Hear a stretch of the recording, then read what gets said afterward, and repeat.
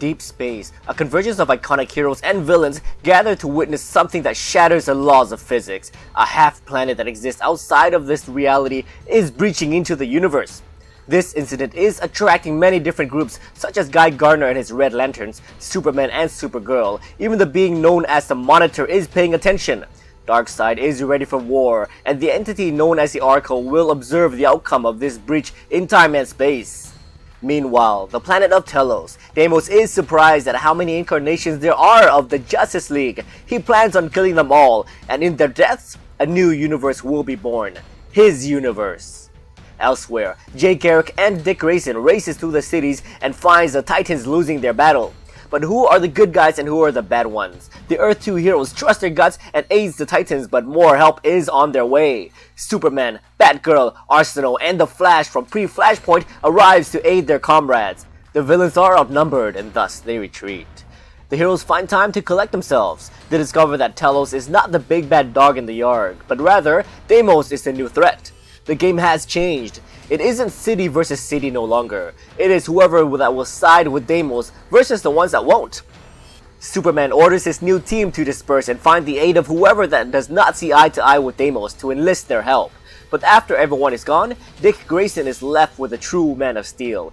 He tells Grayson that he has been listening to everything on this planet, and Grayson may be the most vital piece on this planet-sized game of chess. Superman has been listening into Grayson's entire conversation with Telos, and the man from Earth 2 may be the only one who can turn Telos against his programming and help them achieve victory. Hours later, alone, Grayson calls out to the planet Incarnate.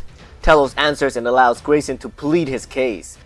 The two strikes an unlikely deal. Telos will help Grayson and the other heroes defeat Deimos and return home, and Grayson will help the planet Incarnate find his lost family.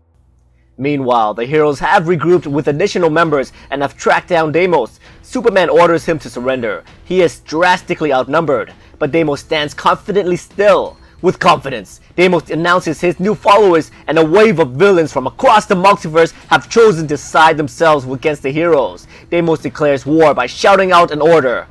Kill them all and this world is yours!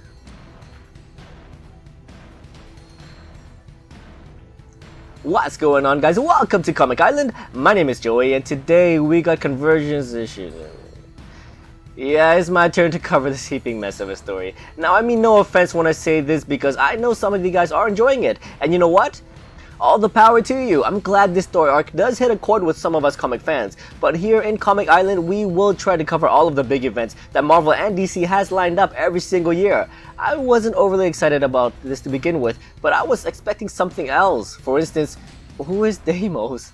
Normally, when I encounter a hero or villain I don't know, I go straight to Google and research the hell out of him. But I don't have the urge to do any research on this guy, and he is supposed to be the big bad villain? We are 6 issues in and he is still here. Where's Brainiac? A statement from Dan DiDio says that he will be introducing a new villain to us. Telos was supposed to be that villain, and he is now an ally? Oh man. So let's talk about Secret Wars. I'm just kidding. So let's go over a few things I do like about this issue. The art. Yup, it's gone to that part where the only thing I can compliment on is the art. I do enjoy the images of the various heroes from the pre-Flashpoint, and we even got a bit of Superboy in this. We also got the 3 big Flashes, Barry Allen, Jay Garrick, and Wally West. That was pretty cool. But yep, that's it. The one thing I was so confused about is why did the new 52 Superman look so young in this image? He is wearing his new 52 armor, so I know it's him. Did I miss something? And we also got more build-up as we see Darkseid talking about the war and this Monitor guy that I first saw in Grant Morrison's Multiversity. As far as I understand, Multiversity does not tie in with Convergence.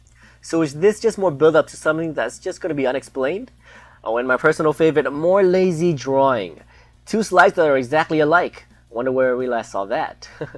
Anyway, Arden got the next Convergence and I got one more to go before I start pulling out my hair and slamming my head on the end of the table. But I do want to know what you thought about it. Remember guys, this is all subjective. There's no right or wrong answers. If you enjoyed this story so far, let me know why, because I truly want to enjoy this as much as you do. Thank you so much for watching my review of Convergence issue 6. And as always, if you enjoyed this video, please like, subscribe, and I'll see you next time in Convergence issue 8.